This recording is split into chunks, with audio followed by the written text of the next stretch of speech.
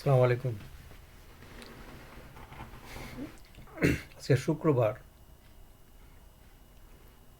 জুম্মার নামাজ পড়ে ঘরে আসলাম। সুখের খবর হলো যে এখানে জুম্মার নামাজ তিনটা পর্যায়ে হয়েছে, কারণ স্কুল হলিডে, মসজিদ ছোট, এত বেশি মুসল্লি হয় যে প্রথম জামাত, তারপরে দ্বিতীয় জামাত, তারপরে তৃতীয় জামাত, এই ধরনের আধ ঘন্টা পর পরে জামাত পড়লাম। তো এখন জুম্মার নামাজ শেষে মেয়েকে আনতে গেলাম। ঘরে এসে আসরের নামাজ হয়ে গেল, আসরের নামাজ টাইম হয়ে গেল। তা আসরের নামাজ পড়লাম। তো এসে চাটা খেলাম। এখন 7:35, আর 15 মিনিট পরে মাগরিব।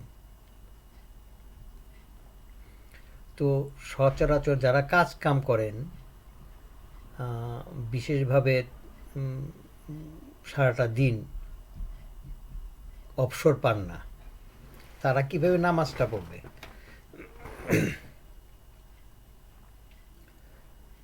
আসলে ভালোবাসলে সব কিছুই সহজ হয়ে যায়। যদি নামাজের প্রতি ভালোবাসা থাকে, তাহলে এটা কোনো বোঝা না। আর নামাজের প্রতি ভালোবাসা হবেই বা কেমন করে? কারণ ভয়ের জন্য নামাজ পড়ি, স্বাস্থ্যের জন্য নামাজ পড়ি, টাকা পয়সার জন্য নামাজ পড়ি, বিপদে আপদে নামাজ পড়ি। একটা কারণের ব্যতিরিকে বিনা কারণে মানুষ মসজিদে খুব কম লোকই যায়। বিশেষ করে বৃদ্ধ মানুষগুলি, তারা তো আর কিছু করার নাই, মৃত্যু সন্নিকট। তাই আল্লাহকে যদি একটুখানি ডেকে করুণা পাওয়া যায়। যে কথা বলতে চাচ্ছিলাম, যে নামাজ পড়ার প্রতি ভালোবাসা, এই ভালোবাসাটা কিছু একটা না ঘটলে মানুষের ভালোবাসাটা সৃষ্টি হয় না। যেমন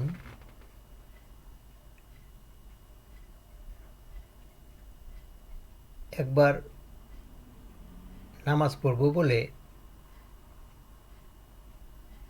আমি স্থানীয় একটা মসজিদে গেছি, মাগরিবের নামাজ পড়লাম। তো নামাজের পরে দোকানে ফিরে আসবো, একটা কাস্টমার অপেক্ষা করতেছে। তো মসজিদের গেটে বের হয়েই দেখি একজন মধ্যবয়সী মহিলা, তার সাথে দুইটা বাচ্চা, একটার বয়স 10 কি 11, ওইটার হাতে একটা সুটকেস, ট্রলি টানা সুটকেস, আর মহিলার হাতে দুইটা সুটকেস। আবার ছোট বাচ্চাটা 4-5 বৎসরের। তো ও কেউ ধরতে হচ্ছে, আবার সুটকেসগুলো টানতেছে। তা আমি মসজিদ থেকে বের হয়ে মহিলাকে জিজ্ঞেস করলাম, আমি কি তোমাকে সাহায্য করতে পারি? তো মহিলা বললো, হোয়াই নট, গুড, তুমি আসো আসো আসো, সাহায্য করো, আমার একটা সুটকেস ধরো, তুমি, আমি বাচ্চাটাকে ধরি। তা আমি ওই সুটকেস, একটা বড় সুটকেসটাই ধরলাম, ধরে ওই ট্রলি সুটকেস ওই মহিলার পিছনে পিছনে টানতে টানতে যাচ্ছি। ওইদিকে আবার দোকানে ফিরতে হবে, একটা লোক অপেক্ষা করতেছে, ওই চিন্তাও মাথায় ঘুর ঘুর করতেছে।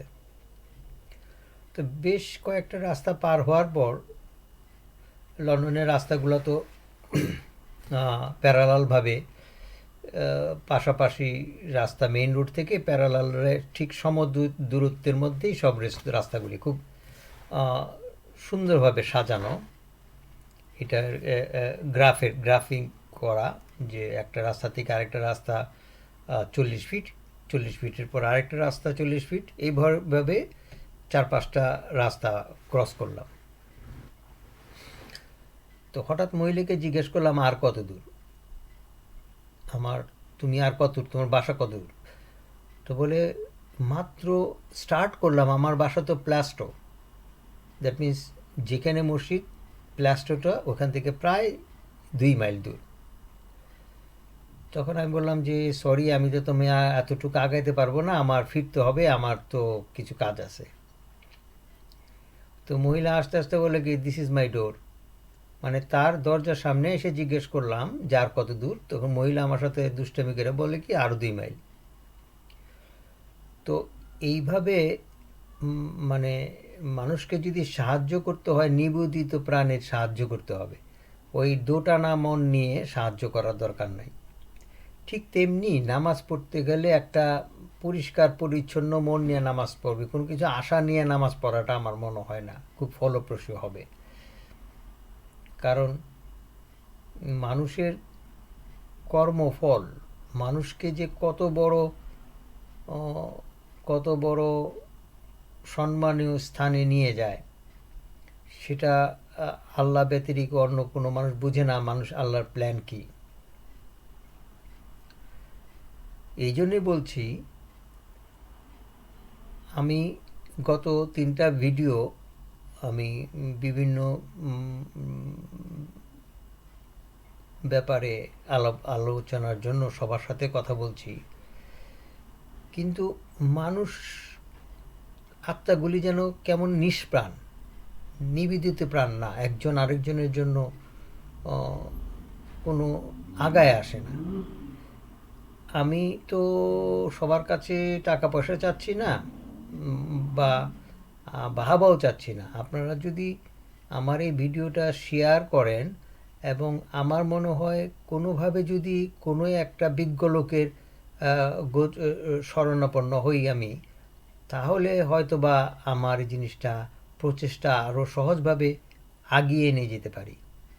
কারণ বড় বড় বড় কঠিন সময় যাচ্ছে, এই কাজ কাম ফেলে এই ভিডিও করা, তারপরে কাজ করা, সংসার করা, বাজার করা, এইটা সেটা সমস্ত করার পরে একটা ভিডিও রেকর্ডিং আসে। এখানে এতটা পরিচ্ছন্ন ভিডিও হয় না। তাছাড়া ভিডিওটা অডিটিং করতে হয়, কোত্থেকে নলেজ নিতে হয়, এইগুলিও আমি পারদর্শী না, যা মনে আসে তাই আমি বলি। তবে সবাইকে বলছি, যদি আপনারা অবসর সময়ে যদি ভিডিওগুলি দেখেন, তাহলে আপনারা শেয়ার করেন না কেন? 10টা লোক দেখুক, বুঝুক, আমাদের সমাজের মধ্যে একটা সচেতনতা আসুক, সচেতনা আসুক। এই সচেতনা যদি মানুষ সচেতন যদি না হয়, মানুষকে তো ঘুমিয়ে থাকলে খোঁচা দিলে মানুষ উঠবে না। মানুষকে রাস্তায় নামতে হবে, মানুষকে একটা প্রতিরোধ করতে হবে। সংগ্রাম ছাড়া জীবনের সৌন্দর্য প্রকাশ হয় না, সংগ্রামের ভিতরেই জীবন। আমি তো প্রতিনিয়ত সংগ্রাম করে যাচ্ছি, মাঝে মাঝে ফেড আপ হয়ে যাই, আর কত আর কত আর কত দৌড়াবো। তো তারপরও যখন ভাবি যে এই যে দৌড়াচ্ছি আমি, এইটাও তো আল্লাহ নিস্তেজ করে দিতে পারতো, পঙ্গু হয়ে যেতে পারতাম, হাঁটতে পারতাম না, কথা বলতে পারতাম না, বিছনায় শুয়ে থাকতে পারতাম, স্ট্রোকে অর্ধেকটা দেহ অকেজ হয়ে যেত।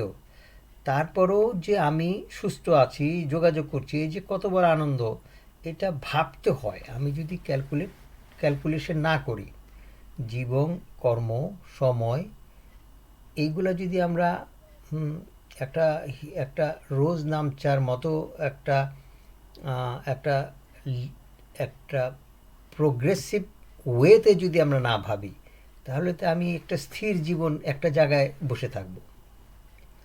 তো ধন্যবাদ, দয়া করে আপনারা একটু শেয়ারিং করেন। আমি খুব খুশি হব যদি আমার এই 100 জন ভিউয়ারের থেকে যদি 500 জন হয়। 500 জন হলে পরে কিল্লাফাতে, এই 500 জন ভদ্রলোক যদি আরও 100 জন কেউ করে, তাহলে অনেক লোকের ভিতরে তখন আমার ভিতরের যে কথাবার্তাগুলি আরও পরিষ্কার হবে। কারণ এখন তো আমি একটা সামাজিকতা, ছোট্ট একটা ঘরের মধ্যে কথা বলছি এবং মুষ্টিময় কয়েকটা লোকের সাথে কথা বলছি। যখন একটা বিস্তার একটা আকার ধারণ করবে, তখন আমার উপর একটা দায়িত্ব পড়বে, দায়িত্ব আসবে। তখন আমি আরও সহজভাবে না বলে আর একটুখানি চিন্তা ভাবনা করে কথা বলবো। ধন্যবাদ।